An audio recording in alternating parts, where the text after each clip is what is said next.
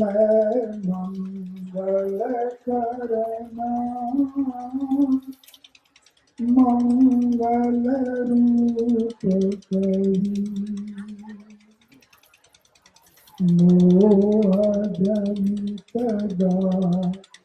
ऋण दुखदा हरण सकल भवधि किया जप किया तप किया व्रत पूजा जाके हृदय भाव दिया रे जन मन माधव शिव पाइए चतुराई न चतर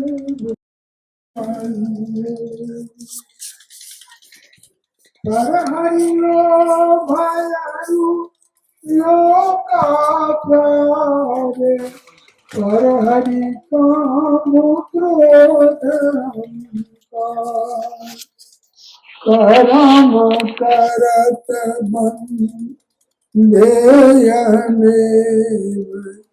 मिल पाथर की करई से कबीर भगति कर पाइए भोले भाव मिले रघुराइए।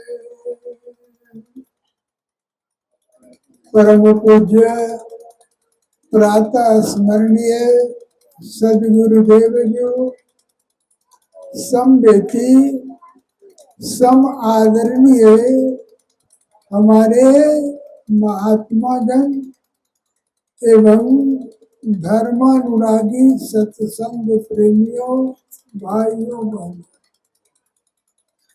आपके सामने सदगुरु कबीर का एक पद रखा। किया जप किया तप किया व्रत पूजा जाके हृदय भाव है दूजा रे जन मन माधव शिव पाइए चतुराई न चतर गुण पाइए। एक बार एक संत गांव से अलग एक तालाब के भिंडा पर अपनी कुटिया बना के रहते थे और सदा सर्वदा संतों से मिलना जुलना और उस प्रभु परमात्मा का ध्यान में लीन रहा करते थे। एक दिन जब वो ध्यानस्थ थे तो उनको मन में हुआ कि कोई व्यक्ति हमारे सामने खड़ा है और वह कह रहा है जी तुम्हारे सामने एक स्वर्ण कलश रख दिया हो, तुम सुबह किसी संत को दे देना, किसी साधु को दे देना। आंख खुली तो देखते हैं कि वास्तव में एक स्वर्ण कलश आगे है। बेचारे चिंता में पड़ गए कि स्वर्ण कलश है एक, और जब भी मैं इसका लोगों के बीच संदेश दूंगा तो बहुत सारे लोग स्वर्ण कलश लेने के लिए पहुंच जाएंगे और यह स्वर्ण कलश है ये मैं किसे दूंगा। और इसी चिंता में उनकी आंख फिर बंद हो गई। देखते हैं कि वही पुरुष फिर सामने में खड़े हैं और कहते हैं कि देखो तुम चिंता मत करो, यह स्वर्ण कलश अपने आप निर्णय कर लेगा कि मैं किसके हाथ जाऊं, मैं किसके पास जाऊं। महात्मा जी का चिंता दूर हो गई। तब तो ये अपने निर्णय लेगा कि कौन संत है कौन संत नहीं है। सुबह सुबह जितने भी लोग उनसे मिले सबको उन्होंने एक ही बात कहा कि भाई मेरे पास एक स्वर्ण कलश रखा हुआ है, जो साधु हो वह इस स्वर्ण कलश को ले जा सकता है और यह सब जगह प्रसारित कर दो। प्रसारण हुआ कि महात्मा जी के कुटिया में एक स्वर्ण कलश रखा है। बहुत सारे लोग उस स्वर्ण कलश को देखने के लिए पहुंच गए। उसमें से एक साधु पहुंचा और कहा, भाई इस स्वर्ण कलश लेने का अधिकारी मैं हूं। महात्मा जी ने कहा कि भाई आप क्या करते हैं, किस तरह के साधु हैं कि यह स्वर्ण कलश लेने के अधिकारी आप हो गए। कहा, आपको पता नहीं, मैं अग्निझप सिद्ध साधु हूं। अग्निझप एक तरह का तप है जो जेठ वैशाख की कड़ी धूप में चारों तरफ अग्नि जला करके बीच में दो चार कंबल ओढ़ करके घंटों तपस्या करते हैं, उन पर गर्मी का कोई असर नहीं होता है। इस तरह का जो तप सिद्ध होता है उस साधु का नाम है अग्निझप सिद्ध साधु। महात्मा जी ने कहा, ले लीजिए, वह स्वर्ण कलश रखा हुआ है।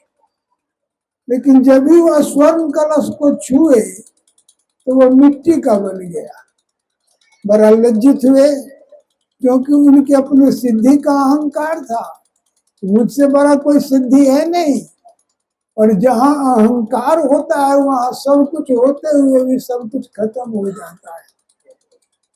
सदगुरु कबीर ने कहा कि कोटि कर्म पल में करे, एक क्रोध के लार, किया कराया सब गया जब आया अहंकार। आप अपने जीवन में बड़ा से बड़ा तप कर लिया हो, बड़ी से बड़ी सिद्धियां प्राप्त कर ली हो, लेकिन उस तप का और सिद्धियों का अगर आपके अंदर अहंकार आ गया तो सब बेकार हो गया। वो बेचारे लज्जित हुए और चले गए। दूसरे दिन फिर दूसरे साधु आए और कहा, इस स्वर्ण कलश लेने का अधिकारी मैं हूं। महात्मा जी ने पूछा कि आप किस तरह के साधु हैं। कहा, आपको पता नहीं, मैं जलसैन सिद्ध साधु। ठीक अग्निझप का उल्टा होता है जलसैन सिद्ध। माघ महीने में गर्दन तक के पानी में खड़ा रह करके और उनके सिर पर एक घड़ा रख के उसमें छेद कर दिया जाता है, कुछ डाल दिया जाता है और घड़ा में पानी भर दिया जाता है और उनके सिर पर भर रात बूंद बूंद पानी गिरता रहता है और रात भर माघ महीने में वह तप करते रहते हैं। इस तरह के जो तप सिद्धि होती है उसे कहते हैं जलसैन सिद्ध साधु। कहा, भाई रखा हुआ है, ले लीजिए। गए और जो ही उस कलश को छुआ कि मिट्टी का हो गया। इसी प्रकार एक एक करके कोई ठरेश्वरी बाबा, कोई जोगेश्वरी बाबा, कोई मोनी बाबा, सब तरह के लोग आए, लेकिन वह किसी को हाथ लगा नहीं। जो ही छूता था तो वह हो जाता था मिट्टी की। इसलिए सदगुरु कबीर ने कहा, जोगी जपी तपी ब्रह्मचारी बहु तीरथ भ्रमना, लुंजित मुंजित मोनि जटाधर अंत तेहु मरना। जोगी हो, जपी हो, तपी हो, सन्यासी हो और विभिन्न तीर्थों में जीवन बिता दिया हो घूमते घूमते, मोनी हो, जटाधर हो, लुंचित हो, मुंचित हो, सब तरह की सिद्धि प्राप्त कर ली हो, लेकिन मन में उस प्रभु परमात्मा के पाने की भाव न हो, तो सदगुरु कबीर कहते हैं कि ये सभी तरह की सिद्धियां बेकार है। किया जप, किया तप, किया व्रत पूजा, जाके हृदय भाव है दूजा, अगर उसके अंदर भाव उस प्रभु परमात्मा को पाने का नहीं है और सिद्धियों का अहंकार है, तो कहते उस प्रभु परमात्मा से मिलन नहीं हो सकता। भाव बिना अभयंतर दूरी। तो प्रभु परमात्मा है निकट, लेकिन भाव नहीं है तो बहुत दूर है। सदगुरु कबीर ने कहा कि घट पर कहूं न देखिया, राम रहा भरपूर, और निकट कहते निकट अति और दूर कहते दूर। जिसके भाव उस प्रभु परमात्मा को पाने का नहीं हो तो निकट में रहे, अंतर ध्यान अंतर में वह हो, भाव बिना हृदय में हो, लेकिन भाव नहीं है तो वो नहीं मिल पाते। भाव बिना अभ्यंतर दूरी। कहते हैं कि किया जप किया तप किया व्रत पूजा, जाके हृदय भाव है दूजा, रे जन मन माधव शिव पाइये, चतुराई न चतुर्भुज पाइये। कितना भी चतुराई कर लीजिए लेकिन उस प्रभु परमात्मा को पाप नहीं सकती है। आपके मन में होगा तो फिर पाएंगे कैसे? तो आगे सदगुरु कबीर कहते हैं भाव चतुराई न चतुर्भुज पाइये, परहरि लोभ अरु लोकाचार, परहरि काम क्रोध अहंकार, कर्म करत बंधे यह मेव, मिल पाथर की कड़ी से। रामानंद स्वामी के निकट कुछ लोगों ने पहुंचा और रामानंद स्वामी से कहा कि गुरुदेव चलिए प्रभु परमात्मा की पूजा की जाए।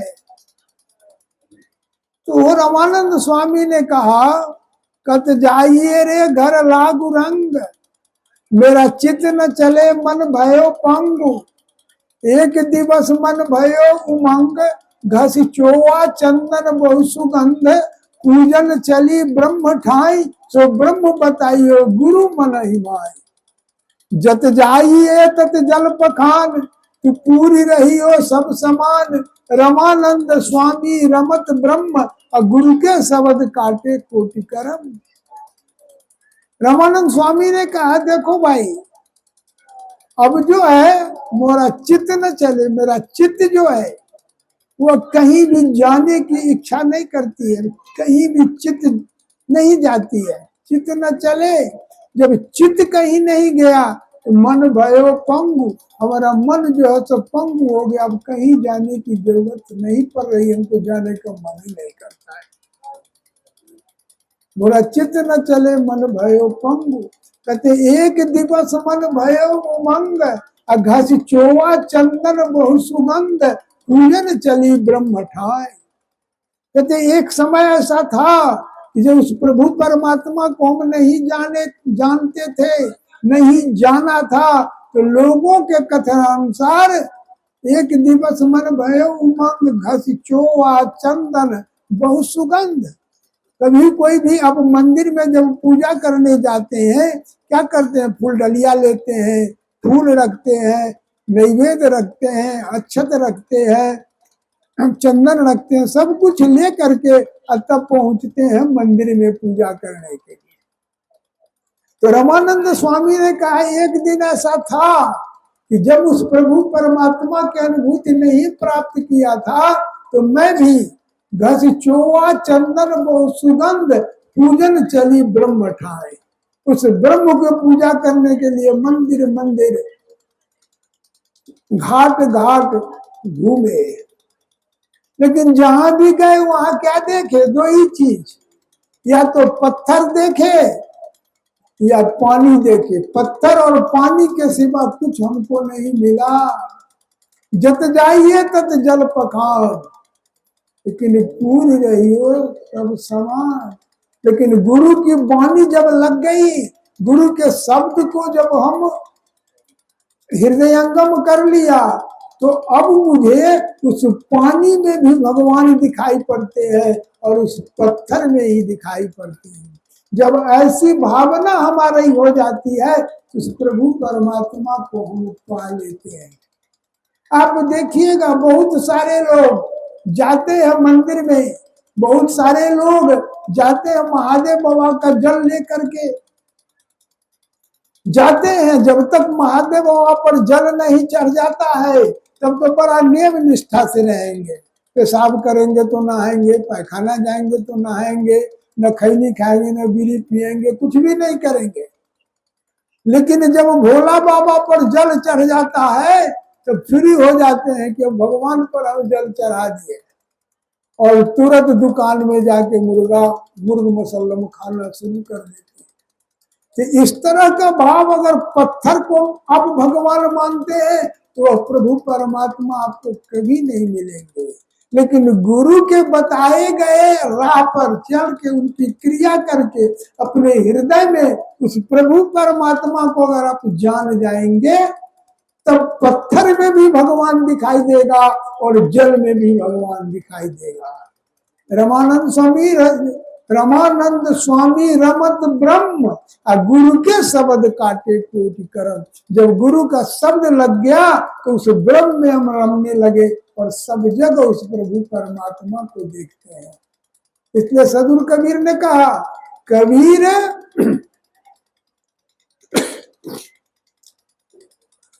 मेरी सिमरनी रसना ऊपर राम, आदि जुगादि सकल भक्तता को सुख विश्राम।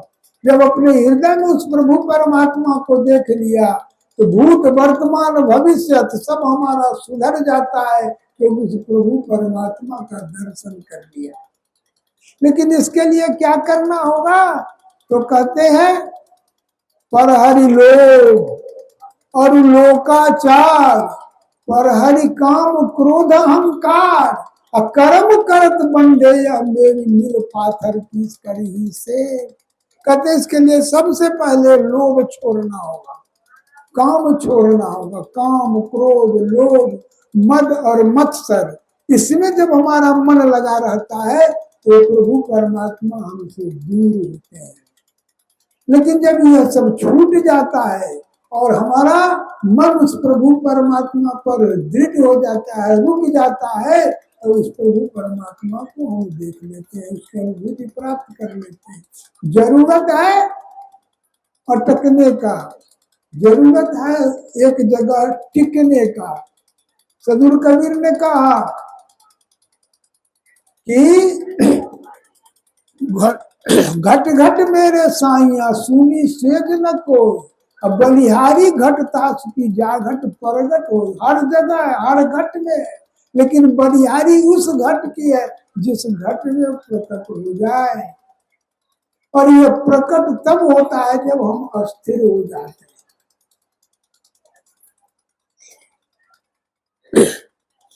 कहा कि जैसे पत्थर में अग्नि है, लेकिन जब तक उसके पटका नहीं जाता है तब तक उसमें से अग्नि नहीं निकलती है। जब तक मक्खन में घी है, लेकिन जब तक उसको भिगोड़ा नहीं जाता था है उसमें से घी नहीं निकलती है। जिस प्रकार ईख में मधुरस है, लेकिन बिना काटे उसका रस प्राप्त नहीं होता है, उसी प्रकार का कबीर हरि न मिले बिन अटके। जब तक एक जब आप अटक नहीं जाते हैं, आप भ्रमित हो जाते हैं, भ्रम में घूमते रहते हैं कि थोड़ा गुरु की भी पूजा कर लो भाई, थोड़ा भगवती को खस्सी भी चढ़ा दो, कभी मन होता है कि दुर्गा महारानी के खोइछा भी डाल दें, कभी छठ भी कर ले, सब कुछ कर लीजिएगा और तो कुछ भी नहीं होगा जब तक एक पर अटकिएगा नहीं। एक छोटी सी कथा याद आ गई कि एक बुढ़िया थी, उस बुढ़िया का घर था जंगल में और वह एक बकरी पाल रखी थी। और जब कभी भी भोजन की तैयारी में जाती थी तो कहती थी, हे भगवान मेरे बकरी को देखते रहना। और जब भोजन का क्या व्यवस्था करके आती थी तो बड़ी बकरी सुरक्षित रहती थी। एक दिन कहीं बाहर गई तो भूया की पूजा हो रही थी, और भूया के पूजा में 33 करोड़ देवता का नाम लेके भगत जयकार मनाया। बुढ़िया भरम में पड़ गई कि हम तो कहते हैं एक भगवान को, एक भगवान देखते रहना, लेकिन यहाँ तो 36 करोड़ 33 करोड़ देवता है। दूसरे दिन क्या की, जितने भगत देवता का नाम लिए थे उसमें से जितना याद रहा, जय ब्रह्म बाबा, सरस्वती महारानी, विष्णु भगवान, जो जो नाम याद रहा सबका नाम लिया और कहा कि हमारे बकरी को देखते रहे। जब शाम में लौट के आती है तो उसके बकरी को बगवा खा गया था। अब झाड़ू लेके धरती पर पटकने लगी, कही हे भगवान तुम सब दिन देखता था, आज क्या हो गया कि हमारी बकरी को नहीं देखी। तो भगवान प्रकट हो गए, कहिए बुढ़िया हमर कौन दोष, सब दिन तू हमरा कहे छे देखला तो हम देखत रहे छली, आई तू 33 करोड़ देवता के कहले तो सब एक दूसरे के भरोसा पर रहो दुआरे ना भगो। तो हमारी आपकी यही दशा है, कभी गुरुओं को पूजा करो, कभी भगवतियों माई पर खस्सी चढ़ा दो, कभी दुर्गा महारानी का भी छठ कर लो, ये सब कुछ करते हैं, इसलिए आप उस प्रभु परमात्मा को नहीं प्राप्त कर पाते हैं। तो वेद में आया यह वही भूमा तत्व सुखम न अल्पज्ञ सुखम अस्ति, वह जो प्रभु परमात्मा सर्वज्ञ है, सर्वनियंता है, सब कुछ जानने वाला है, उसके शरण में जो चला जाता है वो उस प्रभु परमात्मा को जान लेता है। इसके अलावा जितने भी देवी देवता भैया भवानी सब अल्पज्ञ है, उसके शरण में जाने पर प्रभु परमात्मा को प्राप्त नहीं किया जा सकता है। तो कहते हैं भ्रमित नहीं होइए, कहीं एक जगह टिक जाइए, आपका काम चल जाएगा।